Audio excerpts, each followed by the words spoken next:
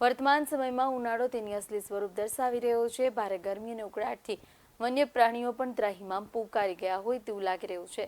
ગીર જંગલ વિસ્તારમાંથી પાણી અને ખોરાકની શોધમાં સિંહો જંગલ છોડી ગીર બોર્ડર વિસ્તારમાં ગામોમાં આવી ચડતા હોય છે, પરંતુ હવે સિંહો શહેરી વિસ્તારમાં પણ આવવા લાગ્યા છે।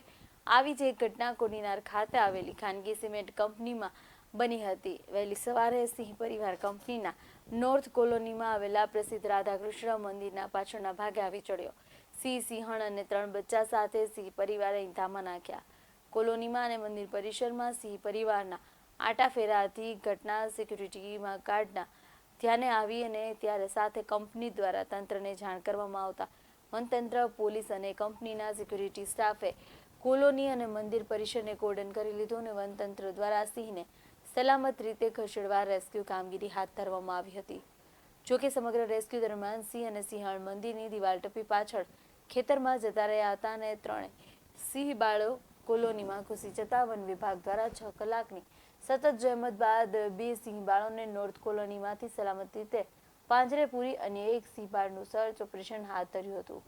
જાણીએ સમગ્ર વાત વિશે। અત્યારે અમારે અંબુજા નોર્થ કોલોની અને મંદિરે જંગલના સિંહ અહીંયા આવી ગયા હતા। તો 2 સિંહ સિંહણ 2 છે અને 3 બચ્ચા છે। તો અંબુજા રાધાકૃષ્ણનું મંદિર છે, ત્યાં રાત્રે 4:30 વાગ્યાના અહીંયા કોલોનીમાં એક લટાર મારી અને મંદિર કમ્પાઉન્ડમાં આવી ગયા હતા। ત્યારે મંદિરના પૂજારીને જાણ થઈ અને બાકી બીજા અન્ય લોકોને ધીરે ધીરે કરતા જાણ થઈ। ત્યારે બધા માણસોએ જોયા કે ભાઈ અહીંયા મંદિરના કમ્પાઉન્ડમાં 3 બચ્ચા અને સિંહણ આંટા મારે છે। તો સિંહણ તે દિવાલ કૂદીને બહાર જતી રહી, પણ બચ્ચા ન જઈ શક્યા। એટલા માટે બચ્ચા અવારનવાર મંદિરની ચારે બાજુ આંટા મારતા હતા। તો જંગલ ખાતાવાળાને અમારા કંપનીના અધિકારીઓએ લાગતા વખતે જે કંઈ જંગલ ખાતાવાળાને જાણ કરી અને જંગલ ખાતાના અધિકારીઓ આવી અને તેમનું સર્ચ ઓપરેશન કરી અને ત્યાંથી સિંહના બચ્ચા નોર્થ કોલોનીની અંદર આવી ગયા અને કોલોનીમાં આંટા મારતા હતા। જેથી કરીને કોલોની રેસિડેન્ટ એરિયા છે, કંપનીના કર્મચારી અહીં કોલોનીમાં રહે છે, તો તેમના બાયુ છોકરા બધો પરિવાર અહીં રહે છે, તેમને ભય લાગતો હતો।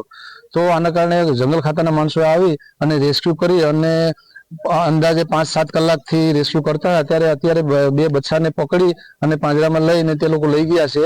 અત્યારે સિંહણ અને સિંહ પણ આ દિવાલની બહારની સાઈડ ચક્કર લગાવે છે।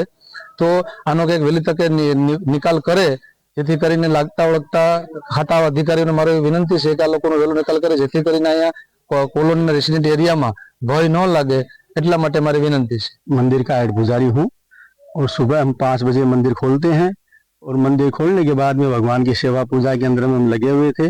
उसके बाद में बाहर से मैसेज मिला गार्ड के पास से कि यहाँ बाजू में ही शेर है। तो हमने देखा, आवाज आ रही थी, तो हमने देखा, बाहर में निकल के देखे तो मंदिर के पीछे में जो है 3 शावक हैं, वो घूम रहे थे और वो बाहर में वही मंदिर के पास में थे, पर आज वो आराम से घूम रहे थे, उनको रास्ता नहीं मिल रहा था।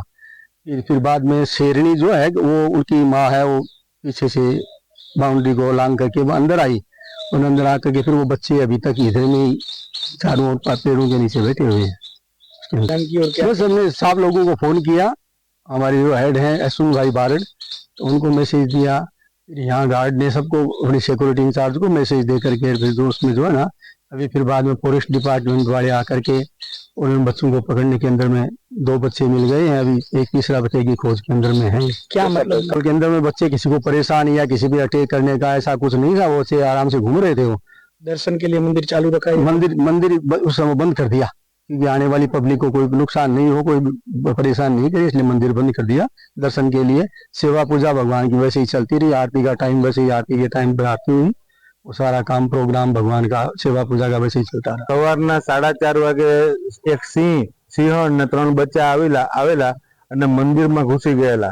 મંદિરમાંથી પછી નોર્થ કોલોની એરિયામાં આવી ગયેલા અને પછી બધા ફરતા હતા અને 4 થી 6-7 કલાકની જહેમત બાદ ફોરેસ્ટ વાળાએ પકડી લીધા અને અત્યારે કોલોનીમાં ડરનો માહોલ છે અને હજી કોઈ બહાર નીકળતા નથી। તો આને વહેલી તકે અંદર ન આવે ને આને કંઈક બારોબાર વ્યવસ્થા કરે। રાત્રે ભયનો માહોલ હતો, કોઈ સવારે સવારના 6 વાગે નોકરીએ જવા માટે માણસો ડરતા હતા। અત્યારે PS9 ટીવી ન્યૂઝ સાથે ઉસામે રાવડા, ગીર સોમનાથ।